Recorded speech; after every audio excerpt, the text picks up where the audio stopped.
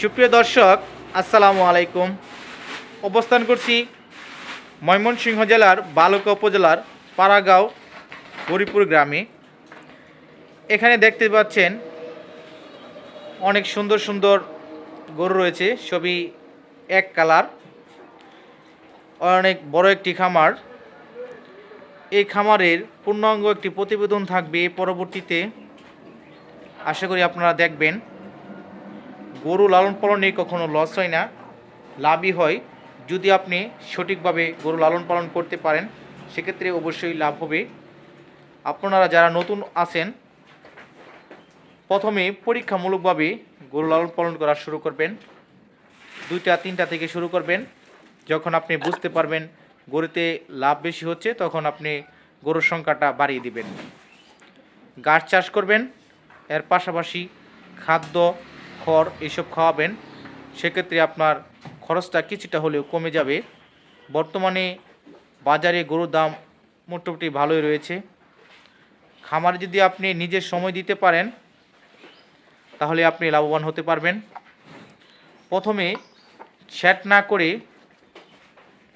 আপনার যে গোয়ালঘরটা আছে, সেই গলিগড়িতেই গরু লালন পালন করা শুরু করে দেবেন। যদি আপনারা শেড করেন, সেক্ষেত্রে অনেক টাকায় খরচ হবে। শেড করে ধার দানা করে যদি আপনি গরুর খামার করেন, সেক্ষেত্রে আপনার লস হওয়ার সম্ভাবনাটাই বেশি রয়েছে। শুরু করবেন অল্প থেকে। যখন বুঝবেন লাভ হচ্ছে, সেক্ষেত্রে গরুটা বাড়িয়ে দিবেন। প্রিয় খামারি ভাইরা, পরীক্ষামূলকভাবে গরু লালন পালন করুন। অনেক ভাইরাই গরু লালন পালন করে তাদের লস হচ্ছে। এটা হওয়ার কারণটা হচ্ছে এখানে সঠিকভাবে পরিচর্যা করা হয় না, সময়টা দেওয়া হয় না, যার জন্য অনেকের লস হয়। অনেক ভাইরাই অনেক টাকায় খরচ করে প্রবাসে চলে যাচ্ছে। প্রবাসে গিয়ে তাদের অনেকেই লসে হচ্ছে, ধরা খাচ্ছে।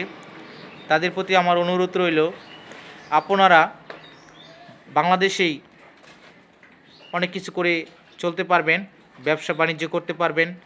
যদি আপনারা গরুর খামার করেন, সেক্ষেত্রে গরু কেনার সময় যাচাই বাছাই করে ভালো লোকের মাধ্যমে গরু কিনবেন।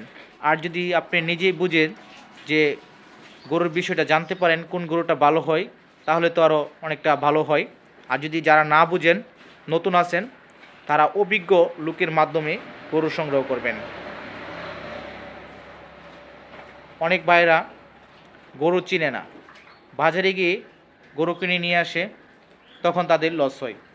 গরুর জাতটা চিনতে হবে, তারপরে আপনি গরু কিনবেন।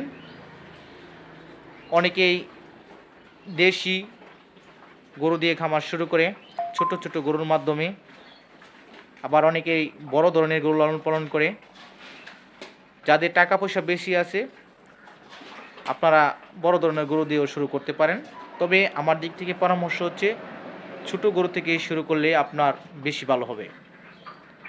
তো আর কথা বাড়াচ্ছি না, এই খামারের পূর্ণাঙ্গ একটি প্রতিবেদন থাকবে পরবর্তীতে।